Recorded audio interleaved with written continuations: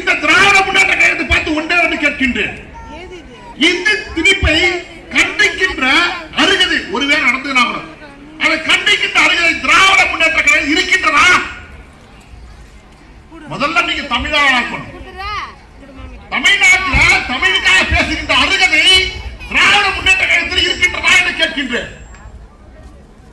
கட்சியோட பேர் என்ன? திராவிட முன்னேற்ற கழகம். திராவிடம் தமிழா? யாராவது ஒருத்தங்க இங்க இருக்க திராவிட முன்னேற்ற கழகத்தில் யாராவது திராவிட வார்த்தை தமிழா? யாராவது விளக்க சொல்ல முடியுமா? சவாலிட்டு கேட்கின்றேன்.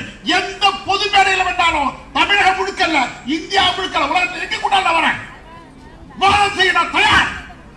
உங்க பேர்ல தமிழ் இல்ல. திராவிடம் என்ற வார்த்தை சமஸ்கிருத வார்த்தை. நீங்க கட்சி உங்க கொள்கை என்ன?